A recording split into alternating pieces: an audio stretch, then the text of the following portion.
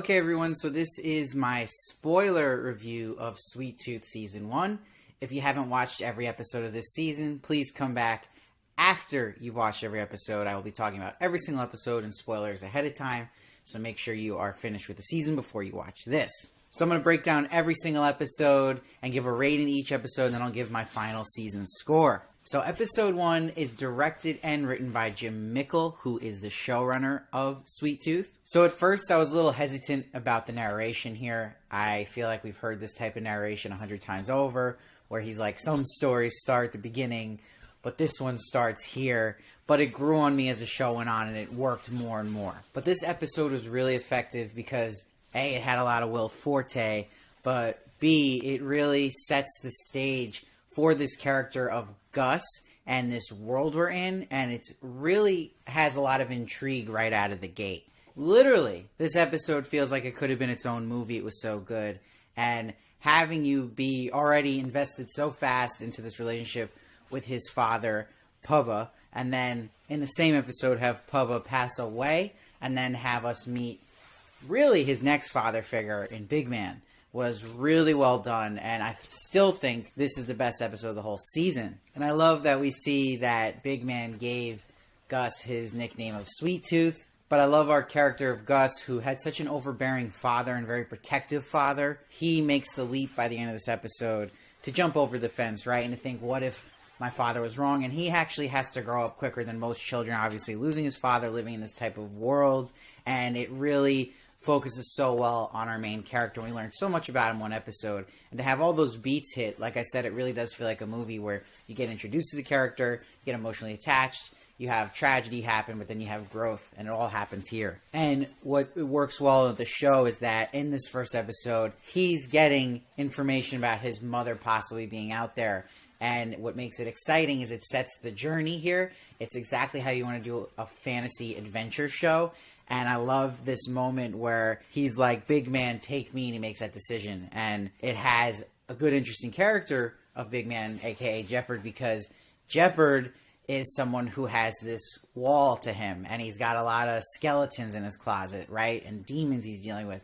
And it's slowly over time, the show, Gus breaking through that tough man. And just at the base of it, we haven't had many fantasy shows that go into more hopeful setting, a more cheery setting. And this is a breath of fresh air, because so many shows want to be like Game of Thrones and do the dark fantasy. So this is like coming, I think, at the perfect time.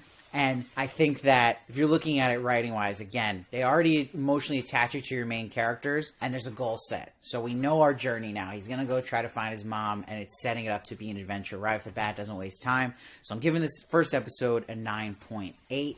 So episode 2, Sorry About All the Dead People, is directed again by Jim Mickle, and this time it's written by Jim Mickle and Beth Schwartz, who also works on Arrow. So this is where we first meet Amy, and we see this really cool flashback of her and her mundane life, and then it changing when she actually sees these elephants, and it's setting up her life to be this zookeeper, but in a future timeline, and really making the preserve. And I like that, you know, she's setting this bird free. Just symbolism of herself, setting herself free from this day-to-day life she's had, and this is the start of us meeting this new character, and I like they kept up with this pattern and having introductions of characters be the intro of episodes, but very brief. What I love about episode 2 in the present day is that it really leans into Gus's deer side, and that we see how his ears interact, everything, which I thought was one of the best things about the show. And even the jokes they make about his eyes glowing in the dark, and the family's a little freaked out by that. I love they kept such truth to him being half deer, and even his sense of smell being really high and great hearing.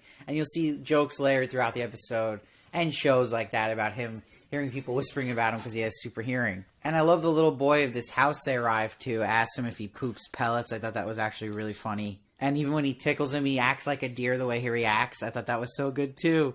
So what I really like, though, is we really get now into Dr. Singh's story, Addie, and he's with his wife Ronnie, who has the sick.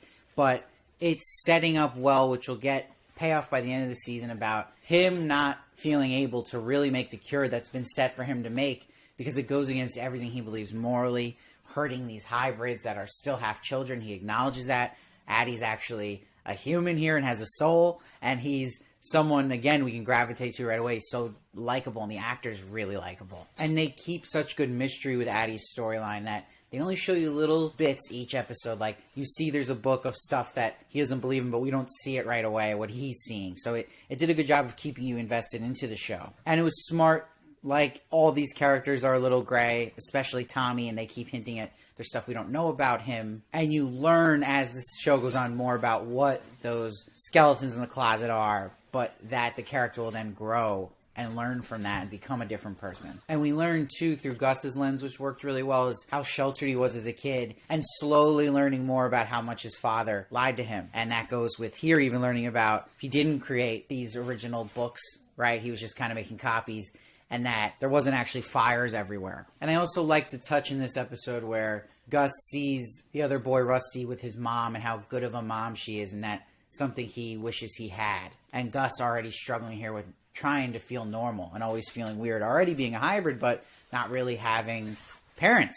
I love, though, this sequence was so exciting with the last men showing up to this house, trying to get Gus, and this family protects him. I actually want to see more of this family in season 2. I thought, especially the mom, was a really good character, honestly. And I think that the best line of this episode goes to the title of the episode, where Rusty gives Gus this sweater. He's like, sorry I called you weird. And Gus is like, sorry about all the dead people. I thought that was absolute gold. And the episode ends on a nice payoff for the setup with Amy, where this new opportunity, this new life starts for her by Wendy, who is Pigtail, another hybrid, was given to her, and it changes her whole life and her starting this preserve. So what I loved about these first 2 episodes is it was really good at giving you solid writing with meaning, and each scene counts, and there's sad, hopeful, suspense, funny, all blended into one, which I think always makes hits, right? That's what people like to see the most, a little bit of everything. And so far they do that really well. It's a nice blend of different tones. But this episode continues where I really love the show in particular, so I'm going to give it a 9.2. So episode 3, Weird Deer Shit, is directed by Alexis Ostrander and written by Michael R. Perry. This is where the quality went down a little bit for me. Still really enjoying it. But this is where we get introduced to Bear for the first time in this group of kids. This group of kids reminds me of the Lost Boys from the Hook film. Just the way they dress, the way they act. You almost feel like you're arriving at Neverland here. I wanted to point out some camera work I loved in this episode. There's a moment where Gus is laying on this bus, and the camera faces him and tilts, and the breath gets cold, turning to a snowy morning, but it's really all a nightmare sequence. I thought that was so well done visually. And some really good lines here also with Addie's character in this episode, and him saying to his recorder, I'm reminded why I quit being a doctor, time of choosing who to live and who to die. So that pressure he had and why he didn't like doing what he did anymore. And it's really just ramming into this conflict Addie's feeling, where if this saves the world, does the ends justify the means in what this doctor's left him to do to make this cure? Or should he still stick to his morals here? But I really like Ronnie, his wife, saying to him, if there's anyone who could find a humane alternative, it's you, Addie. And you really like this relationship between the two of them, especially that bond they have with Scrabble. But where stuff gets really, really crazy and pretty dark, probably the darkest the show gets, is when they go to this party. And you see what this life is like in this world now, and that they're not telling anyone about Ronnie having the sick, but they know she's not contagious. Remember that the doctor knows that. It's Dr. Singh. And it's just crazy that this guy has the sick at this party, and they burn him alive. So crazy. Now, I did feel the Jeopard and Gus story trying to get on this train dragged a little bit when they're at the train station throughout this episode, but it picked up at the end.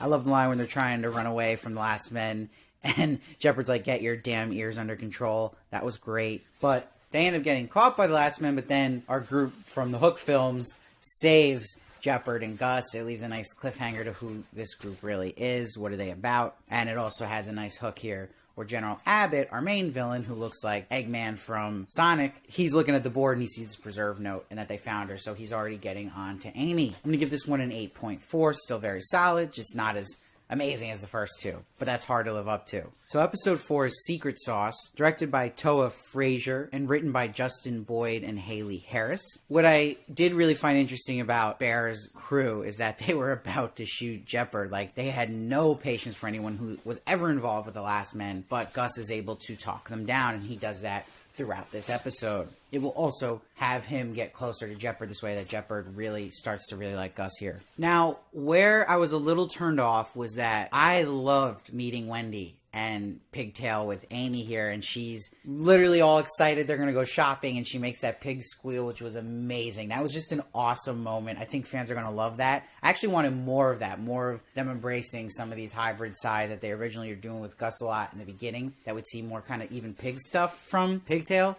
But I didn't really dig this whole Bobby character and this cutesy gopher that appears. It's just full-on gopher. I thought it still was even a little confusing about what his deal really was or what his purpose really was. He just kind of felt like he was there to be the really cute, again, this tropes becoming now of this baby type character. Baby Yoda, baby Mr. Peanut. It's everywhere. Now they're making the baby Marshmallow State Puff Man from Ghostbusters in the new film. So it's nonstop, and this just felt like it was reaching for that cutie feeling. Even with the music and how it ended, this episode was a little off with them ending with the gopher of Bobby. And I also felt that Amy and Pigtail's storyline wasn't that thick. Like, there wasn't a lot of meat to the bone here, that we got little glimpses of it, and then it just kind of got more intense by the end, but I still didn't feel like they had enough screen time, and when they did, it really didn't do much to move the needle and to learn more about them. It kind of just stayed static. I also had a big problem in this episode when basically it seems like Bear has decided to have Jeopard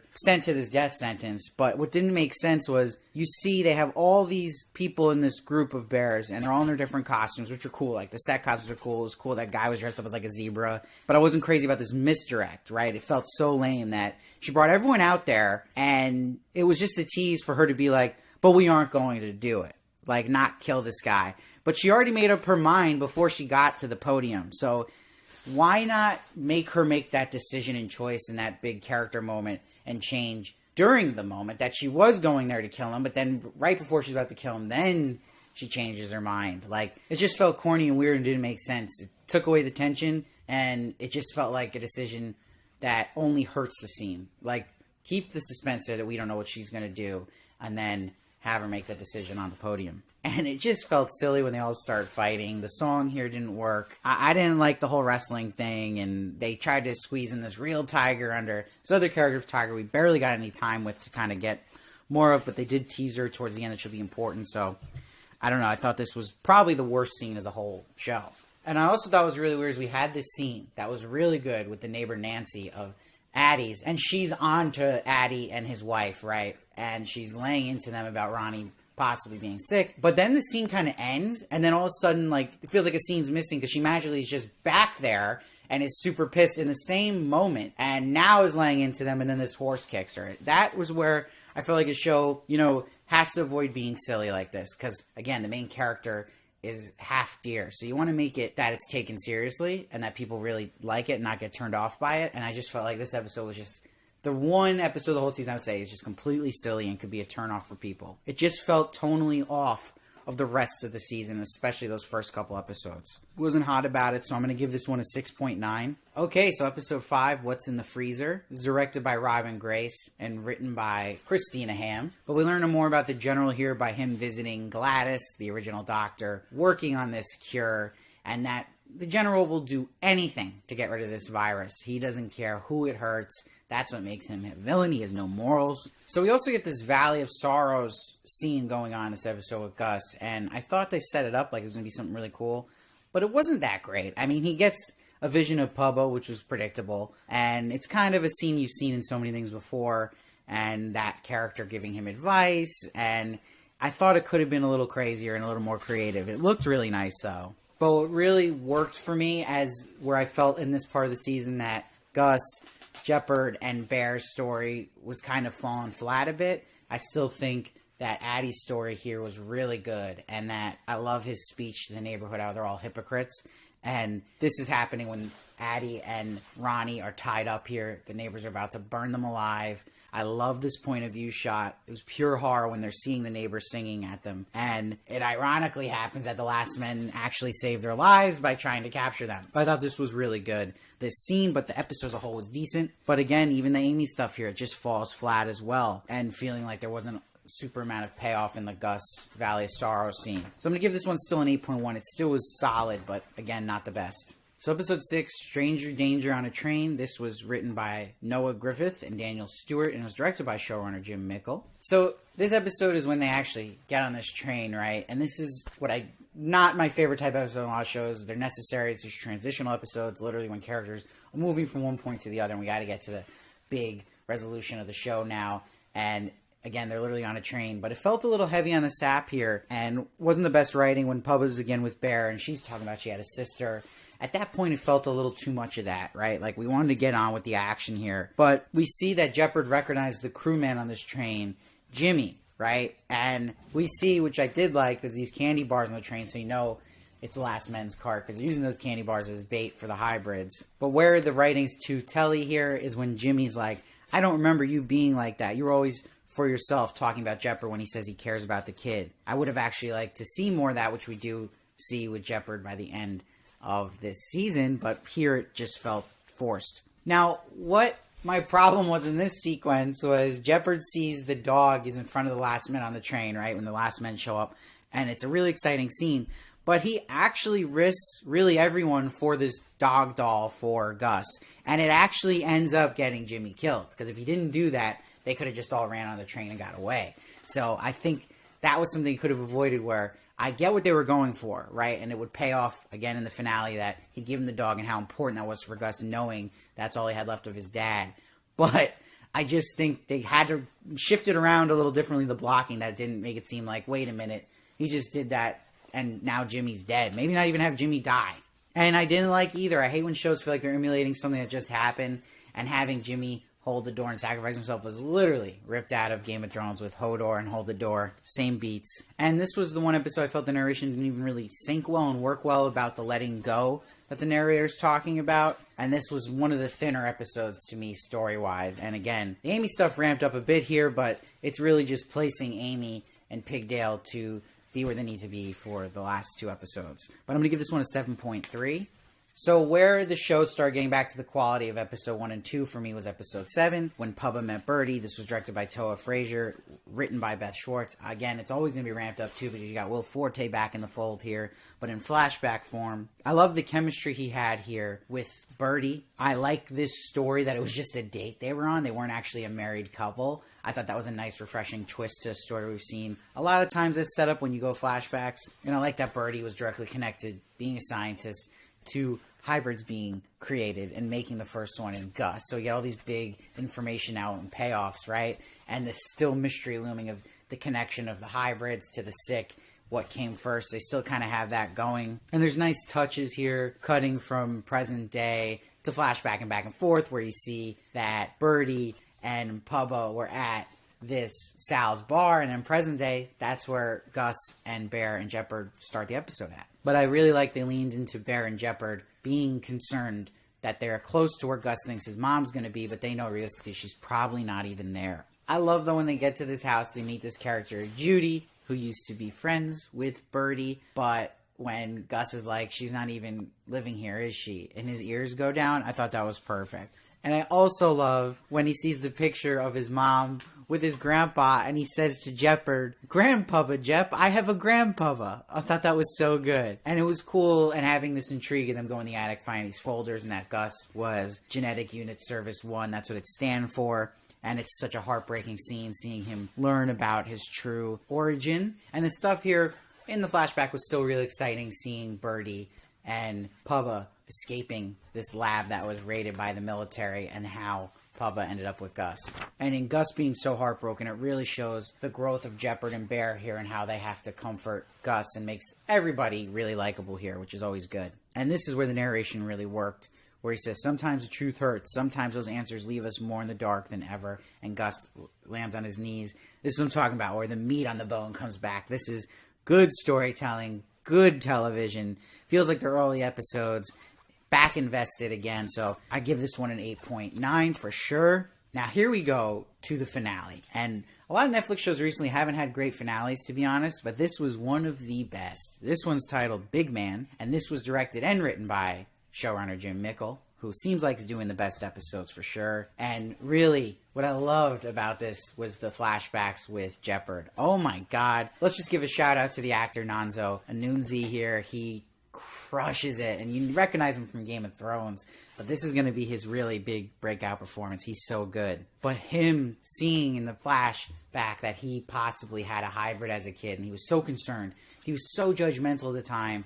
And him, just this tragic end where he was on this elevator and then he was about to leave his wife and his kid when he found out it was a goat baby. And he decided to make the decision then to go back and do the right thing because of love for the child. And it was too late. Heartbreaking. But it makes it explain so well why he is the way he is when we first meet him and why he'd have it in him to come around to Gus. I'm going to give another actor shout out here. It's going to go to the actor who plays General Abbott. Neil Sandilands crushes it here when he's with Abby. Has such nuance to it when he's talking about the new wave of sick coming. I don't just want any cure, I want the only cure.